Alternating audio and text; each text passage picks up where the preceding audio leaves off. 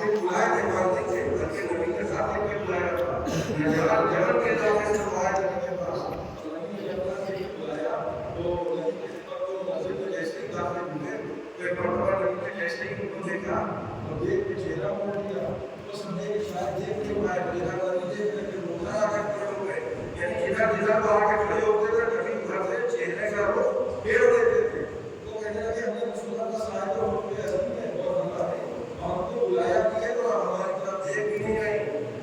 اب جب لوگوں سے پوچھا گیا کہ بھائی نبی دیکھ کیوں نہیں رہے ہیں تو سب نے یہی کہا کہ یہ نبی دیکھ کیوں نہیں رہے ہیں یہ نبی کا مزاج جو بتا سکتا ہے سوائے علی کے کوئی بتا نہیں سکتا لہٰذا سب علی کے دروازے پر کھل گئے تو مولانا علی نے سوال کیا کہ نبی نے ان کو بلایا ہے نا سارا نجران کو اور جب یہ مولا کے جب یہ رسول کی خدمت میں حاضر ہوئے تو نبی کی طرف سے چہرہ کو دے رہے تھے اب نبی چہرہ کو دے رہے تھے اس لیے پھر رہے تھے کہ وہ بڑا بڑا لباس پہنے گئے تھے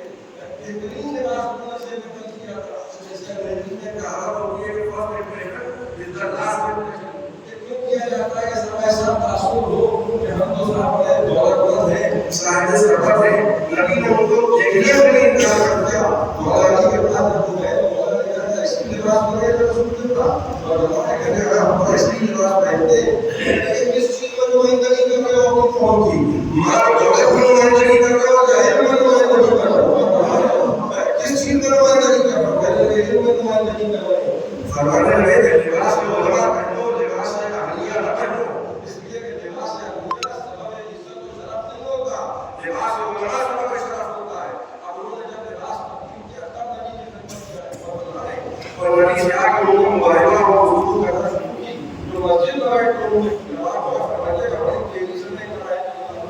دیکھیے فرق ہوتا ہے زمین و آسمان میں فرق ہوتا ہے اگر کسی کو مسائل جنرل میں دوسرا اس وقت مل جائے میں مثال ہے مسائل جنرل میں دوسرا الگ کا فرق مل جائے کہیں سے مل جائے تو اس کو تو زمین میں پڑھ کے تو اساس کہاں نہیں ملے گا کیوں کیونکہ مسائل مستقلہ ہے یہ مستقل ملا ہے ویسے ہی قرآن کی آیتیں معجزہ ہوتی ہیں مگر مولوی صاحب کی زبان سے معجزہ نہیں ہوتی بادشاہ قرآن کی زبان سے معجزہ ہوتی ہے اور ہمارے اب یہاں نبی قرآن کا کس قرآن ہے اس مرحلے کو غور کیجیے گا نصارہ نجران بحث کر رہے ہیں رسول کی وہ کہہ رہے ہیں ہم تو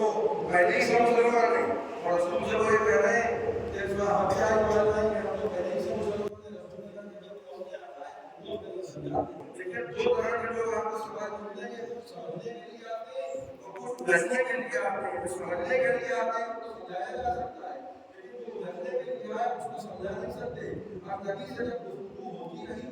تو آخری نتیجہ کیا نکلا کہ دیکھو اگر یہ نہیں مان رہے تو اس سے کہتے ہو کہ آپ میدان مباہلہ میں آئے